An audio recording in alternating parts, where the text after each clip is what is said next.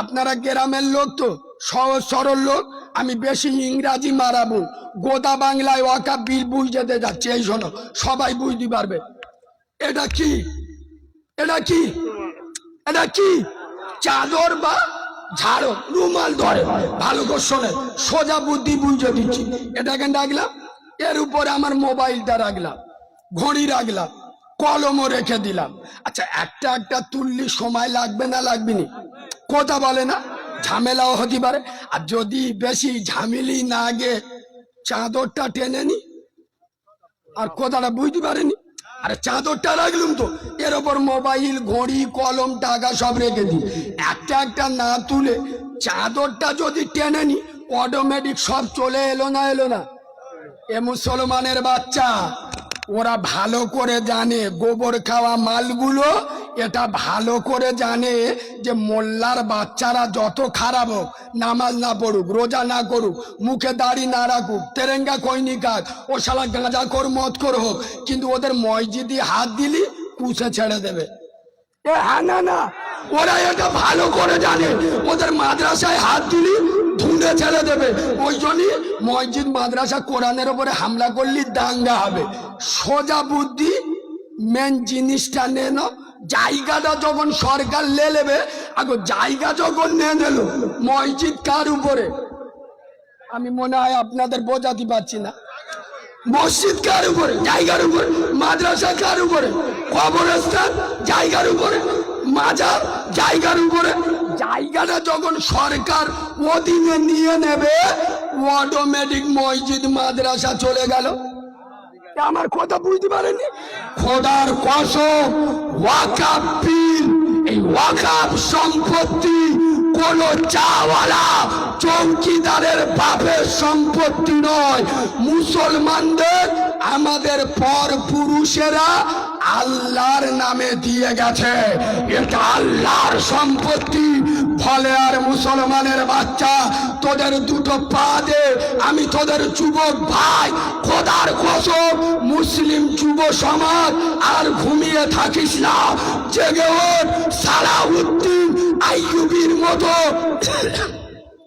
ফারুকে ওমরের মতো, শেরে খোদা আলীর মতো, খোদার কসম, আজ ভারতে তোদের বড় প্রয়োজন ওয়াকাফ বিল, আল্লাহ সম্পত্তি।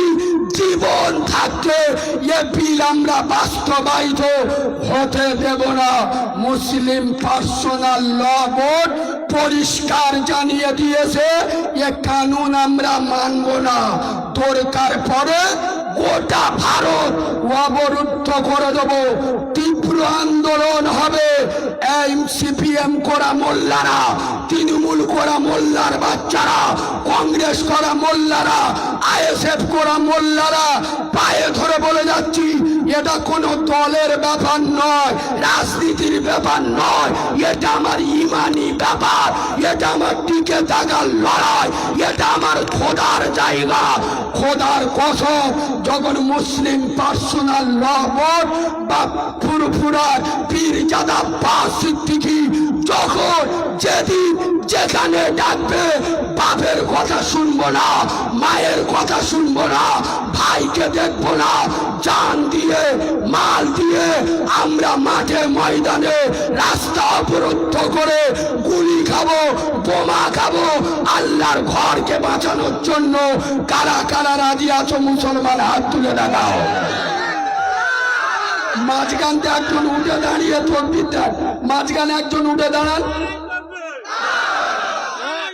আল্লাহু আকবার, আল্লাহু আকবার, আল্লাহু। এ হাত ইমানদারের হাত না মুনাফিকের হাত? জোরে বলো। এই বাবু, একটা কথা শোনে, একটা কথা বলছি, খারাপ ভাববেন না। আচ্ছা, এগুলো বলার দরকার আছে না নেই? মমতা ব্যানার্জি অপমানিত হলে তৃণমূলের ছেলেরা রাস্তায় লাভে না লাভে না? মীনাক্ষী কোনো জায়গায় যদি বা ধরা পড়ে, সংঘর্ষে জড়িয়ে পড়ে, সিপিএম এর ছেলেরা রাস্তায় লাভে না লাভে না?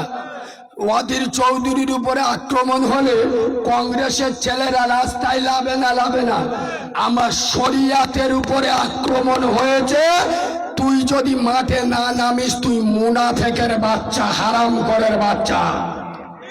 এই হ্যাঁ না খোদার কসম বিশ্বাস করুন, যেদিন ওয়াকাফ বিল পাস হচ্ছে, এ বাবু তোমাদের একটা কথা বলে যাচ্ছি, তোমরা ভেবো না যে আমরা ভারতে 35 কোটি মোল্লা, কত ওরা তো এত সংখ্যা দিয়ে মোল্লাদের বিচার করা যায়? কারবালার ময়দানে ইমাম হুসেন 72 জন নারী পুরুষ নিয়ে এক হয়ে, আচ্ছা ইমাম হুসেন তো দেখেছিল এজিদের 22,000 সৈন্য, কত আর এদিক কত, তার ভিতরে নারী পুরুষ মিলিয়ে, তাই ইমাম হুসেন আত্মসমর্পণ করতে পারতো না? এ শিক্ষা আমেনার লালের কাছ থেকে হুসাইন নাইনি।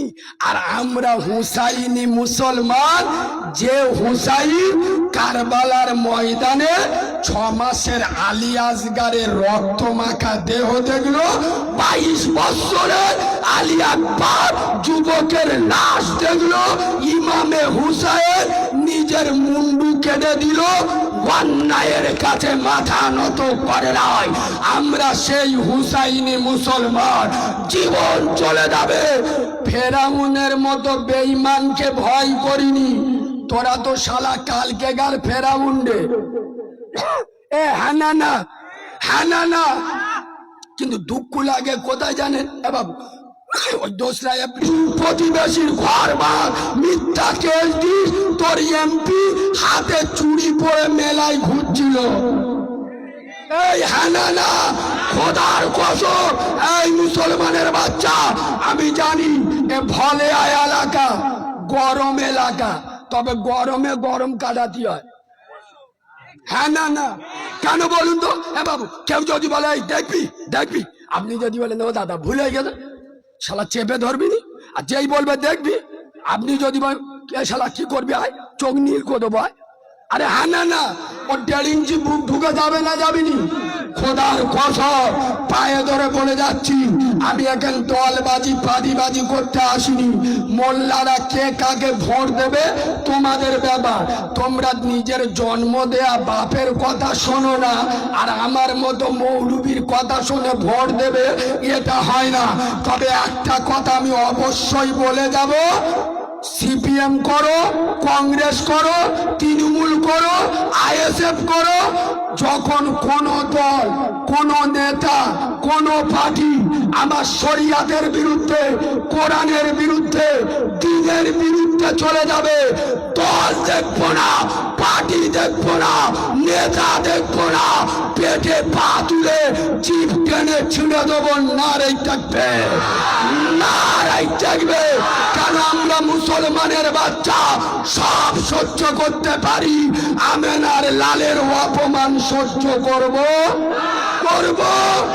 এই বাবু খোদার কসম, আজ যে বিল পাস করেছে মোদী সরকার, যে সরকারে আছে, এটা মুসলমানদের বদৌলতে। কাদের? এরা অনেকজন বুঝতে পারি, আপনি জ্ঞানী মানুষ বলে ফট করে ধরতে পেরেছেন, এরা তেইকা বলে মোল্লারা কি বিজেপি ভোট দেয়, আরে যে মোদী সরকার যে টিকে আছে মোল্লাদের বদৌলতে। কেন বলল? নীতিশ কুমার আর আপনার ওই মালটা চন্দ্রবাবু নাইডু, ও মাঝে মাঝে যে শেরওয়ানি আর পাঞ্জাবি পরে, ঈদের আগের দিন ইফতার করতে গেছে, আল্লাহর কি রে বাবা, আমি তো বুঝতে পারি, ছবি দেখে মনে করি কাবা ঘরের ইমাম। হ্যাঁ না আচ্ছা, চন্দ্রবাবু নাইডু আর নীতিশ কুমার এরা দুজন মুসলমানদের ভোটে মুখ্যমন্ত্রী হয়েছে, আর এরা দুজন যদি এক্ষুনি আপনার ফিরিয়ে নেয় সমর্থন, বিজেপি সরকারটা পড়ে যাবে। মুসলমানদের ভোট নিয়ে মুসলমানদের বিরুদ্ধে সমালোচনা, আপনার মুসলমানদের ছুরি মারছে, কোন মুসলমানের বাচ্চা যদি ওই দলকে আবার ভোট দেয়, মনে করবেন ওর শরীরে ফেরাউনের রক্ত আছে। এই কথা শুনছেন? খোদার কসম, আমার শরিয়াত নিয়ে তামাশা করেছে, কোরআন হাদিস নিয়ে তামাশা করেছে। ঘড়ি ছিঁড়ে গেছে, পয়সা একটু বেশি করে দেবে,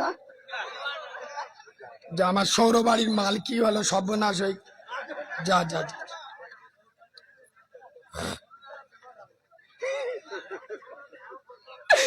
আর একটু বলবো না ছেড়ে দেবো? ও চাচা উঠে গেল, গায়ে লেগেছে। ও চাচা, ও না না, মাল বসে গেছে, জানে এ মালের দিয়ে বিশ্বাস নি, শালা কাঁচা গাল দেবে, বসে গেছে।